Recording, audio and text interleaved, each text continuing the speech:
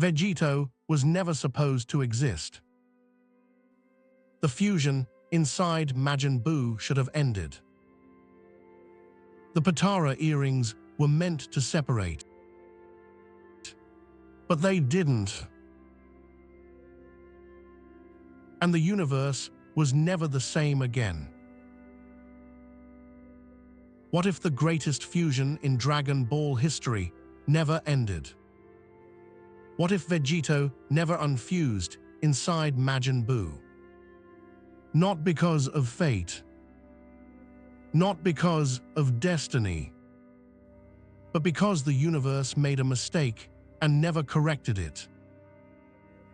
Inside Majin Buu, Vegito fights with absolute confidence. The Patara fusion is permanent, or so Goku and Vegeta believe. There is no ticking clock, no fear of separation, only inevitability. But as Vegito tears through Buu's body, something feels wrong. Not weaker, not unstable, just strange. Vegito pauses for a moment. He laughs it off, says he feels a little funny. What no one realizes is that Majin Buu's magic is interfering with the rules of fusion itself. Not breaking them, anchoring them. What should have worn off never does. The fusion stabilizes. Quietly. Forever. Goku and Vegeta never say it out loud, but they feel it. The thought that lingers behind every breath. They want to separate. Not out of fear, not out of regret, but because they were never meant to be one forever. Vegito, however, feels different. He feels complete. And for the first time, the fusion does not feel like a form. It feels like a life. Kid Buu emerges. Pure chaos. Pure destruction. In another timeline, this was a desperate battle.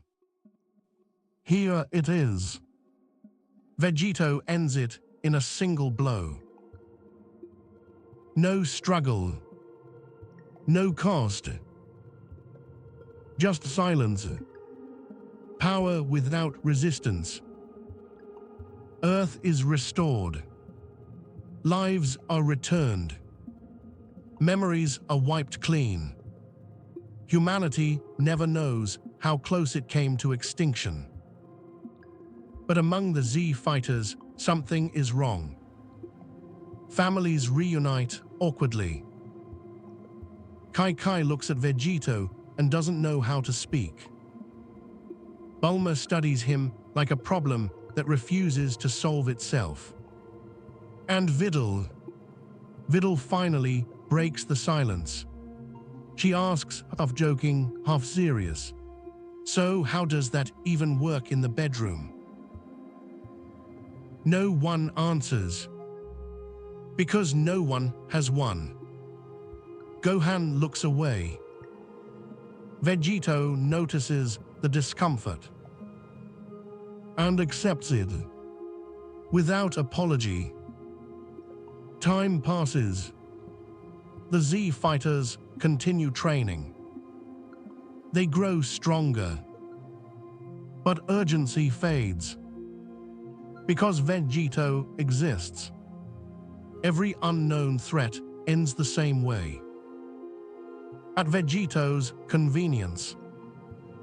When a sorcerer named Glorio attempts to rewrite reality itself. His wish fails. Magic that bends fate cannot bind those who stand beyond mortal limits. Vegito destroys Glorio and Gomer without effort. the universe begins to understand something terrifying. Some beings exist outside its rules. Far away, a god still dreams. Beerus dreams of a Super Saiyan god. Shenron summons future Trunks to the present. Beerus objects. Time travel disgusts him.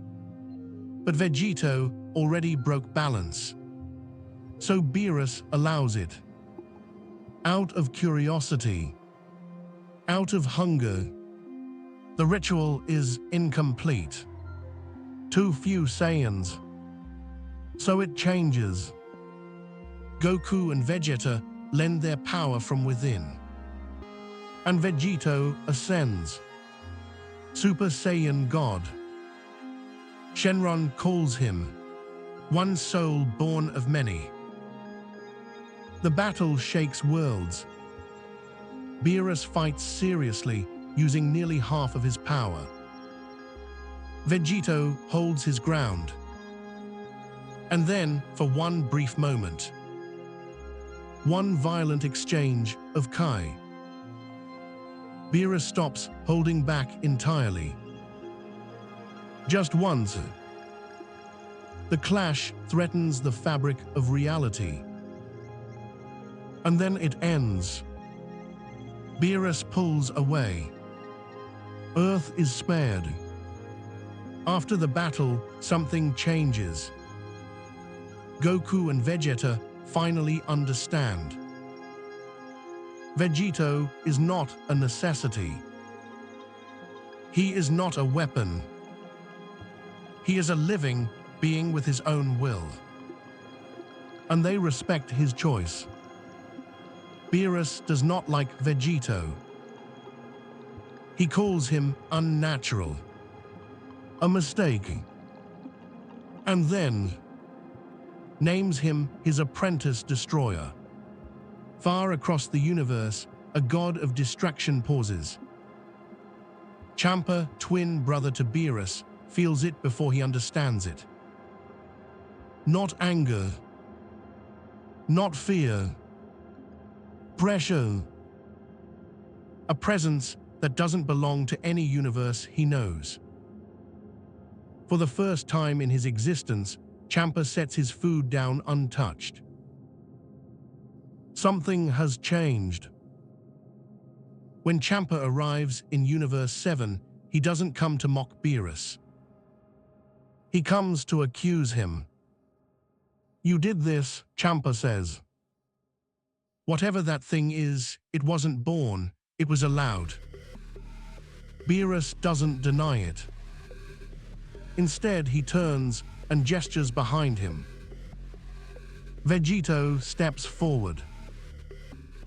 Not as a mortal, not as a god, but as something standing perfectly between the two. Champa laughs at first, until he feels it. This isn't borrowed power. This isn't divine energy leaking into a mortal body. This is control. Champa scoffs. You expect me to fight an experiment? Beerus's voice is calm. Two gods of destruction cannot battle without tearing a universe apart. He looks at Vegito. But an apprentice can. The implication lands heavy. Vegito was never a loophole. He was the test. The battle begins. Vegito meets Champa in Super Saiyan Blue, matching him blow for blow. Not wildly, not desperately, but precisely. Every strike is measured. Every movement intentional. The universe doesn't tremble. It listens. Champa grows irritated. Then angry. Then something far worse. Concerned. Mid-battle, Champa is forced back, skidding through space, breathing hard. He doesn't look at Vegito. He looks at Beerus. Quietly, almost unwillingly, he says, "There's a chance. That fusion of yours has already surpassed you." Beerus doesn't answer. He doesn't need to. Vegito hears it anyway. Champa abandons restraint. Destruction energy floods the battlefield. Violent, unstable, tearing at reality itself. Planets crack. Space distorts. And that's when Vegito changes. The blue fades. In its place rises something unfamiliar. A destroyer form, not purple rage, not divine instinct run wild, but absolute command. The energy doesn't spill. It obeys. Vegito doesn't surrender to destruction. He directs it. Champa freezes. You're not becoming a god. You're rewriting what one is. The fight ends abruptly. Not with a roar. With silence. Champa collapses, defeated, shaken, alive only because Vegito allows it. Vegito stands over him, composed. No triumph. No hunger. Only certainty.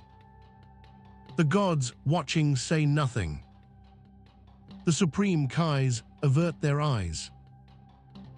Beerus exhales slowly.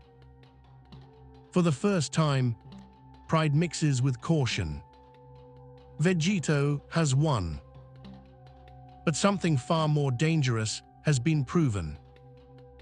This power doesn't belong to a role. It belongs to a will. Champa retreats.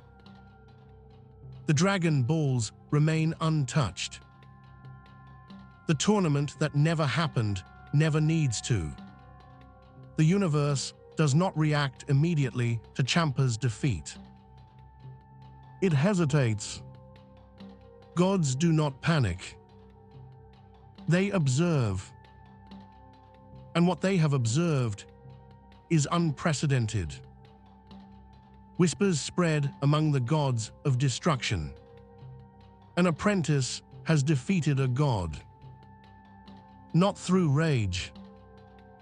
Not through instinct. Through control. The Grand Priest does not intervene. But he allows something rare. A gathering. Beerus announces it himself. Not as a challenge, but as a demonstration. A tournament not of mortals, but of destroyers. The Supreme Kais are summoned as support, allowed to intervene with their magic, not to fight, but to stabilize reality itself. Because this battle cannot exist without help.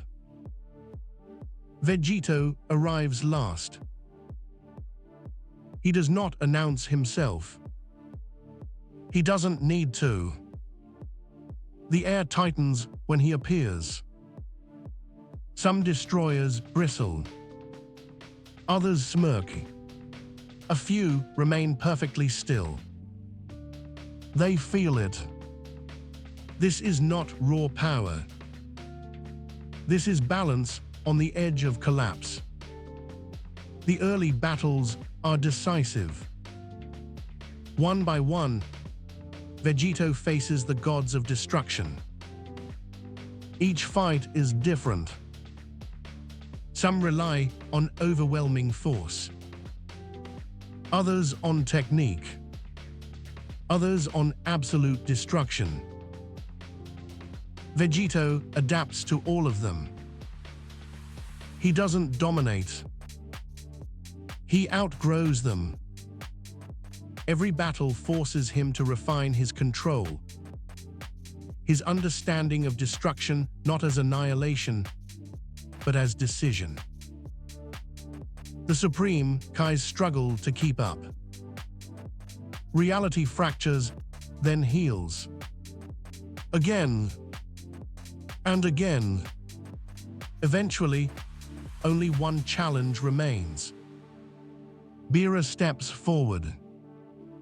Belmod follows. They exchange a glance, then nod. The gods fuse. Not out of desperation, out of necessity. The fusion of Beerus and Belmod stands before Vegito, pride and instinct combined. Not wild, not unstable, perfectly destructive. This is what the old order believes a god should be. The fight begins, and immediately the universe screams. Not from pain, from pressure. Even with the Supreme Kai's anchoring reality, space bends unnaturally. This is no longer a contest of strength. It is a clash of philosophies. Vegito is pushed, truly pushed, for the first time since Buu. Beerus and Belmod move with absolute unity. Every strike carries finality. Every blow is meant to end something. Vegito is forced back. Then he stops. He doesn't transform. He doesn't rage. He centers himself. And for the first time, the destroyer energy does not surround him. It flows through him. Vegito doesn't destroy their fusion. He overcomes it. With a final focused strike, not explosive, not cruel, the fused gods separate. The battle ends. Silence. No cheers. No celebration. The gods of destruction understand what they've witnessed. Vegito is not the strongest god. He is something worse. A being who can choose when to end things. Beerus looks at him no longer as a mentor, but as an equal. Remember this, Beerus says. You exist because I allow it. Vegito smiles. And because I chose to. The tournament ends. There is no victor declared. There doesn't need to be. The message has already been delivered. The age of singular gods is ending. And something new has taken its place. Vegito returns to Earth. Trains the Z fighters. Not to surpass him, but to survive without him. When the Galactic Patrol speaks of Moro, Vegito erases him. Instantly. No escalation. No mercy. Years later, a shadow awakens. Cell Max. Vegito senses it instantly. So does Gohan. And Gohan speaks. Says this threat is worse than anything Earth has ever faced. Even when Frieza came back from the dead. And Gohan himself ended him. Vegito fights Cell Max. And something awakens. Ultra instinct. Not complete, but enough. Victory comes at a cost. Vegito leaves immediately. Vegito returns to Beerus' world. Training continues. Control deepens. And for a brief moment, the universe is quiet. But far from Earth's, far from the gods who tested him. A young Supreme Kai's apprentice listens in silence. He hears of a tournament where gods fell, of an apprentice who surpassed destruction itself, of a universe that allowed a fusion to stand above divine law. And he understands something terrible. Power is no longer inherited. It is claimed. So he makes a choice of his own. A wish to become the strongest in the universe. If you made it this far, thank you. This story took time, thought, and care to put together, not just to imagine a different outcome, but to respect the world and characters that inspired it. If you enjoyed this kind of deep, serious exploration of Dragon Ball's lore, consider liking the video and subscribing to the channel. It helps more than you think, and it lets me keep telling stories like this one. More what-ifs are already taking shape. Until then, remember, even the smallest choice can change the fate of the universe.